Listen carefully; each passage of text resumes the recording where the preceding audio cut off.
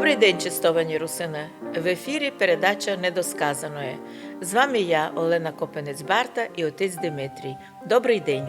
Добрий день, дай Боже, всім нашим братям і сестрам русинам, які люблять свою історію, історію русинського народу, чистують, плекають, ізучають і ніколи не міняють її на другі історії.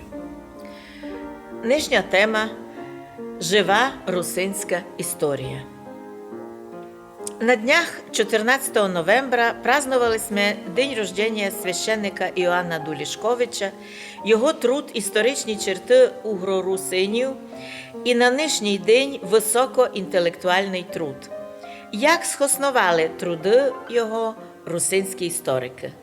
Священник Іоанн Дулішкович родився 14 ноября 1815 року у селі Голятино, то на Верховині, і вийшов в історію як чудний Божий муж, такий, котрий потрудився много для того, щоб зафіксувати історичні документи, закликав усіх людей, хто способний пам'ятати, збирати документи. Особливо він почав трудитися із 1869 року, коли попав священником на Чинодієво.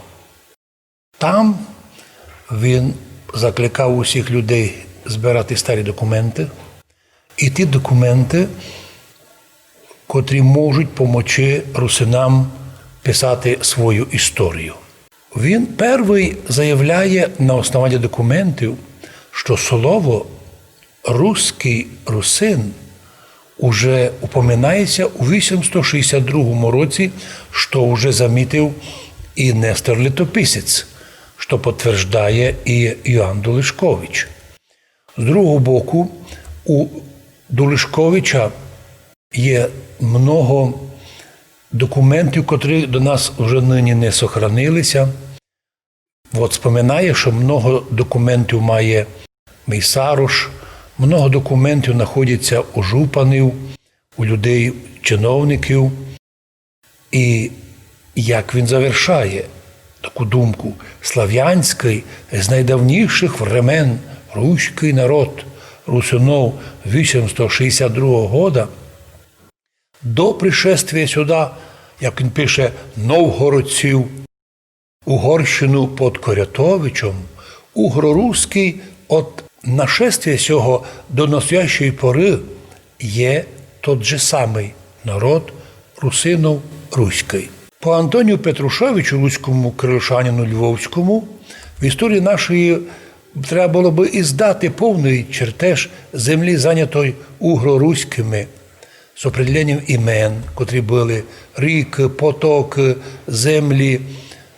І це все осталося в актах, грамотах, в історії Русі Закарпатської, його принадлежащої, після же і составити вдалося кратку історію закарпатських русських єпископій, монастирів, братств церковних і сочинити подобно описання всіх руських монастирів, місностей, тобто городів, древніх укріплень, підземних частей, валов, могил з преданнями, наконець собрати народні пісні, історичні пісні, обрядові пісні, пословиці, а пак поза того підготовити і написати подробну історію, урахувати, що много ся стало по крайніх записів на церковних книгах, і навіть на старих дерев'яних храмах вирізувалися дати, і навіть імена настоятелів і деякі события. Уріль Метеор желав би видіти нашу історію теж от тої пори, коли почали Паннонію називати Паннонію. Мало хто знає, що до пришествия у наш край мадярів русини мали своє розпространення від Карпатського хребта на востоці, так до теперішніх земель Австрії. Провінція Норіка, пише Нестор Літописець, була все-таки слав'яно-руська, де, можливо, етнонім русин попав у центр Європи, а отсюда розпространився і на восток. З цим не согласні многі російські вчені і українські, бо всі рахують, що русини – це потомки Київської Русі, які прийшли сюди за Карпати, знайшли тут пустоє місто, ну і тут поселилися. То не відповідає історії. Історики і історик Голубинський також поминає. Розселялися слав'яни, слав'яноруси іменно з Тисодунайського анклава. А це означає, що русини в Закарпаттю, під Карпатами і аж до Балатона, за Балатон, до южних земель Сербії, до северних земель Германії. Це були землі, заселені русинами русскими. Предки наші були християнами, імея в народному язику множество книг восточного обряда і народну церкву, основану святим Кирилом і Мефодієм. І то, що сообщається у Лучкая Михаїла в його історії Карпату Русинов, більшу часть народів древніх к славянству причисляють взагалі, а руських в особливості, коли вопреки іних, таких як Тимон пише з надсмішкою, говорить, що регіо квіа рутенія, що будь-то би все лише необхідне ділилося условноє. Він вважає, що Шафарик в сочиненні про слав'янство додає, що як усіх слав'ян, так і руських історію, в особливості, доти не можеш не іменувати як скіфи, сармати, слав'яни, бо імена були руси, лех, цех. Історія Панонії зв'язана лише із слав'янорусами до приходу сюди мадярів. І лише туди, коли сюди мадярські племена прийшли, і перші 200-300 років воювали, особливо із германцями на Западі, то русини іще чувствували повноту свободи. І вже з 14 віка, коли се сформувала мадярська держава, мадяри вже включали територію русинів у свою державу. Посліднє село Мадярське, яке переходить на Сербію, Руське. Як би хотіли нині поміняти, наприклад, Раву Руську, як би хотіли поміняти многі наші сотні сил, котрі мають слово «руський», но невозможно. Зафіксовані історичні імена, а нам удалося за Балатоном у чисто мадярських селах тепер уже з мадярським названням вияснити, що у них у селі осталися старі назви слав'янські, Вишній Бік, Середущий, Нижняне, тобто такі імена, які вказують, що тут жили русини. Особливо то важно чути, коли підемо на Словенію, на границі з мадярами, там зосталися ще потомки наших людей. Та, вони вже себе записали як словени, і там ще другі моменти є, другі народи, але язик їх дуже напоминає язик древніх русинов, уже з перемішку із деякими словами мадярськими. Помним, що наші русини жили під колпаком Австрії, потім Венгрії, потім в кінці Австро-Венгрії. І тому вони, видя державний прес, який давить на них, вони винуждені були тим спасатися, щоб писати свою історію, що вони не просто якесь маленьке плем'я карпатське, а вони великий народ руський, який жиє за Карпатами. У той час ще не було Галицької України, там жили Галицькі, Руські, Малоросія, Великоросія.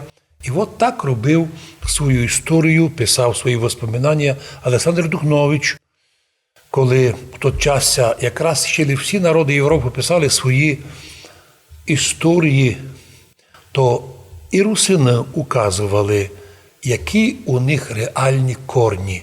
Корінь у них древньоруський народ. Ян Дулишкович писав свою історію русинного, русинського народу, історію угро-руських, не по заказу якоїсь академії наук, не по заказу мадярів або других народів. Це була його лична ініціатива, патріотична ініціатива. І він її в'єднав з другими патріотично настроєними істориками, лінгвістами і духовниками нашого краю зробили удивительно много, що в трудное время для русинов були способні писати такі труди. І його труди оказалися дуже схосновані і у Великій Росії.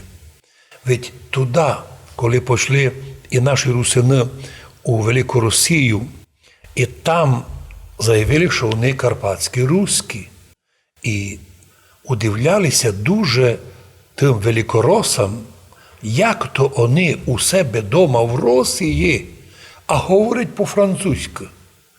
Да ми би хотіли, казали русини їм, що в нас вдома всі говорять по-мадярськи, по-австрійськи, а ми так хочемо говорити по-нашому, по-руськи.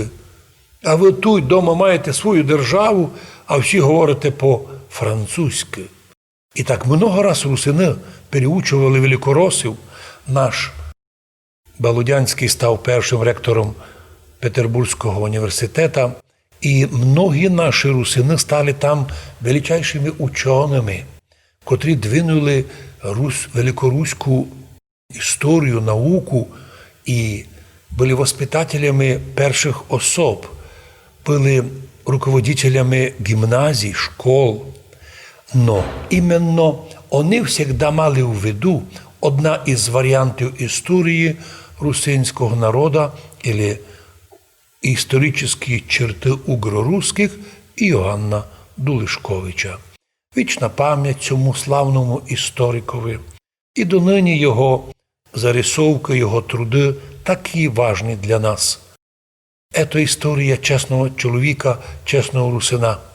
Вона нічим не прикрашена, хоча деякі його мнення мож піддавати различним толкуванням, но труд цінний, труд сохранився, труд напечатаний, труд став достоянням всемірної історії всіх учених світа, а потому і благодаря і його історичним трудам, і русини так і не далися звести із історії народу і остаються жити народом, частина якого сохранилася в Карпатській Русі, но помнить генетично, що наше розселення було від Восточних Карпат аж до Западних Альп.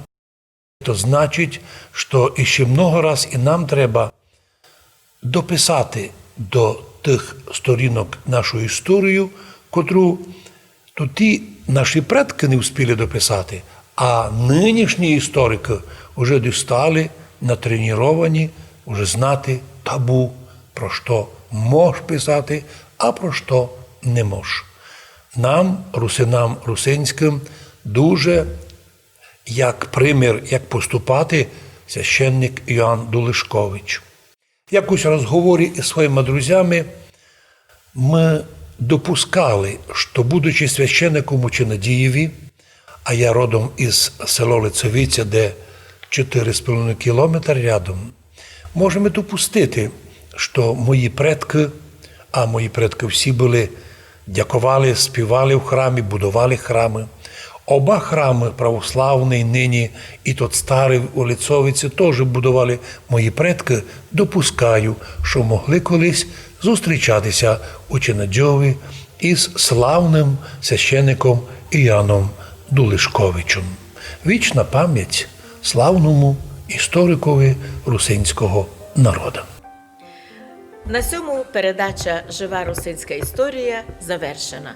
Будьте здорові! Будьте здорові і з Богом Святим.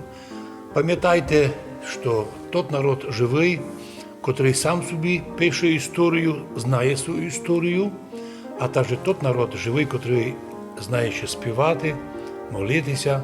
Лем такий народ, в'єдно з другими народами, зможе в цьому мірі вижити і мати добрий розвиток. Будьте здорові і з Богом!